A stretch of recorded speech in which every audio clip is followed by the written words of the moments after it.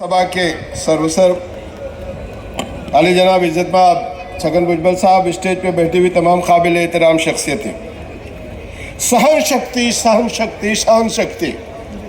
एक आदमी जानने का बोलता है कि 70-75 साल से हमारे समाज के साथ धोखा हो रहा है, दबा के रखा गया है।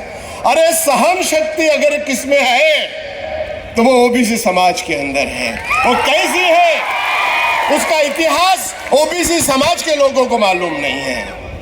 डॉक्टर बाबा साहब अम्बेडकर ने 1950 में कलम 340 में तरतूत की थी। 30 साल तक उसका हमारे को कुछ भी नहीं हुआ, ओबीसी समाज को समझ ही नहीं रहा था। जब 30 साल के बाद मंडल कमीशन आया और मंडल कमीशन ने 86 प्रश्न महाराष्ट्र गवर्नमेंट को भेजे, तो कौन था उस वक्त मुख्यमंत्री? किसके समाज का मुख्यमंत्री था? कोई जवाब सही नहीं दिया। सहन शक्ति क्या समझते हो इस ओबीसी समाज की? उन्होंने नहीं दिया, कुछ भी नहीं दिया। 30 साल तक भी हमारा कुछ नहीं हुआ। उसके बाद ये धनगर समाज के सब नेता लोग बैठे हैं। बहादुर जानकर साहब जी है, अन्ना है, पडरगढ़ साहब है, आप बहुत छोटे हैं। धनगरों को धोखा किसने दिया? 79 में, 89 में धनगरों की मांग क्या थी और क्या गाजर दिया गया मुख्यमंत्री ने उस वक्त आप लोगों को? आप छोटे हैं, मैं जानता हूं उस चळवळ में था। गाजर आपको, धनगर समाज को उस वक्त के मुख्यमंत्री कौन थे? उन्होंने आपको एसटी में नहीं दिया, बल्कि आपको एनटीवीजीएनटी का गाजर दिला के खामोश कर दिया है। ये 79 से धनगर समाज के साथ अन्याय है, ये हकीकत है। नाम लिया जाता है भुजबल समाज का। क्या इतिहास मालूम है कि धनगरों को धोखा दे रहे हैं भुजबल साहब? अरे भुजबल धनगरों को धोखा देने वाला तो 79 का उस वक्त का मुख्यमंत्री था। इतिहास है, हमारा ओबीसी समाज को कुछ पता नहीं है। एक आदमी आते हैं जिसको बहुत बड़ा किया है, जो गवर्नमेंट में नौकरी करते हैं, जिनका नाम हरिभाऊ राठौड़ है। अन्ना ने उनको बड़ा किया। 12 बलूतेदार बात करते हैं, वो खासदार बन गए और फिर 12 बलूतेदार को साथ में लेके काम किया। उसमें हमारे कल्याण दड़े भी है, उसमें हमारा एक परिट समाज का भी है। सबको लेके उन्होंने बेवकूफ बनाया, एमएलसी बन गए और 12 बलूतेदार का इल्जाम, 12 एमएलसी बन गए, उनको कुछ नहीं दिए।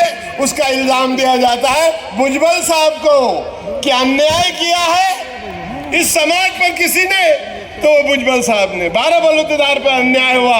अरे अन्याय तो हरिभाऊ राठौड़ जी तुमने इनको इस्तेमाल करके किया, तुम एमएलसी बन गए, तुमने इनको धोखे में रखा।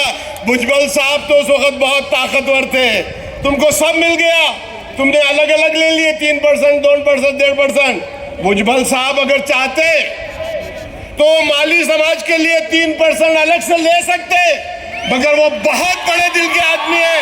उन्होंने कहा मुझे ओबीसी समाज में रहना है, मुझको कोई अलग आरक्षण नहीं चाहिए, मुझे कोई अलग रिजर्वेशन नहीं चाहिए।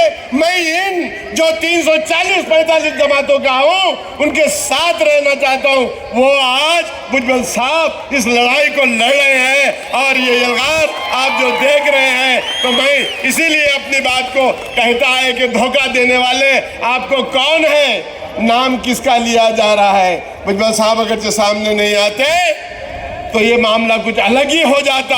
मगर मैं फिर मुबारकबाद देता हूं भुजबल साहब को भी और तमाम पार्टियों के नेताओं को, जो भुजबल साहब के नाम पे सबने लब्बैक कहा।